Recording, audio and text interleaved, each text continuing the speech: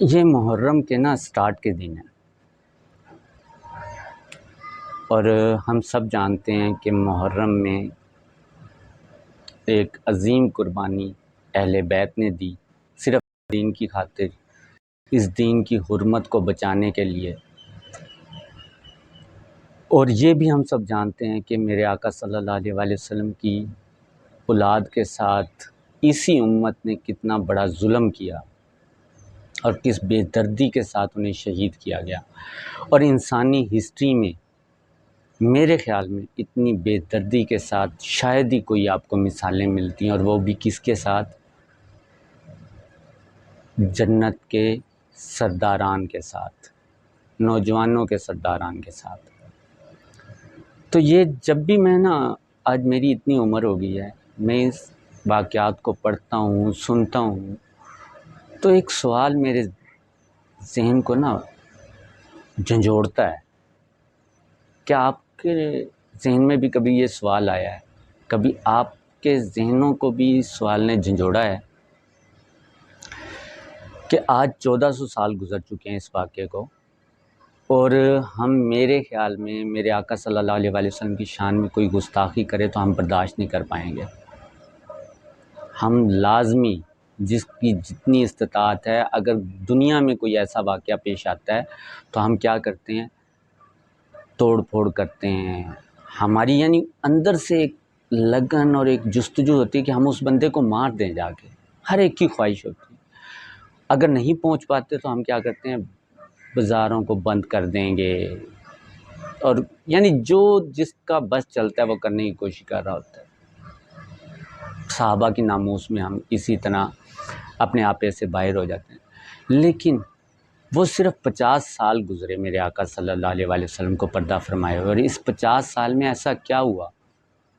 وہ لوگ ہم سے بہتر تھے، آقا صلی اللہ علیہ وآلہ وسلم کے زیادہ قریب کا دور تھا، لیکن کیا ہوا کہ اہل بیت کے ساتھ اتنا ظلم، اتنی زیادتی، اور پھر خاموشی، کوئی کچھ نہیں کر سکا، کوئی ان کے لیے اپنے آپ کو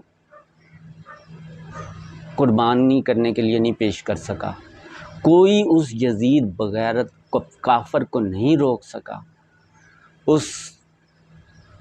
میرے پاس الفاظ نہیں ہیں، میرا دل کرتا ہے کہ اگر میں ہوتا تو شاید میں کچھ کر دیتا، لیکن یہ اب ہم سوچیں اس دور میں ایسا کیا ہوا۔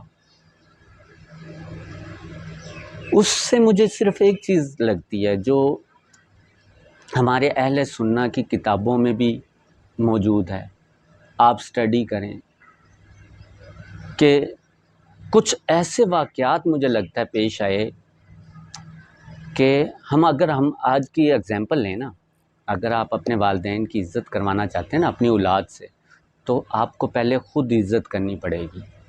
آپ عزت کریں گے تو آپ کی اولاد اپنے والدین کی عزت کرے گی، ادروائز اگر آپ اپنی اولاد کے سامنے اپنے والدین کی تذلیل کریں گے، ان کی رسپیکٹ نہیں کریں گے، تو وہ اس سے زیادہ برا سلوک کریں گے ان کے ساتھ۔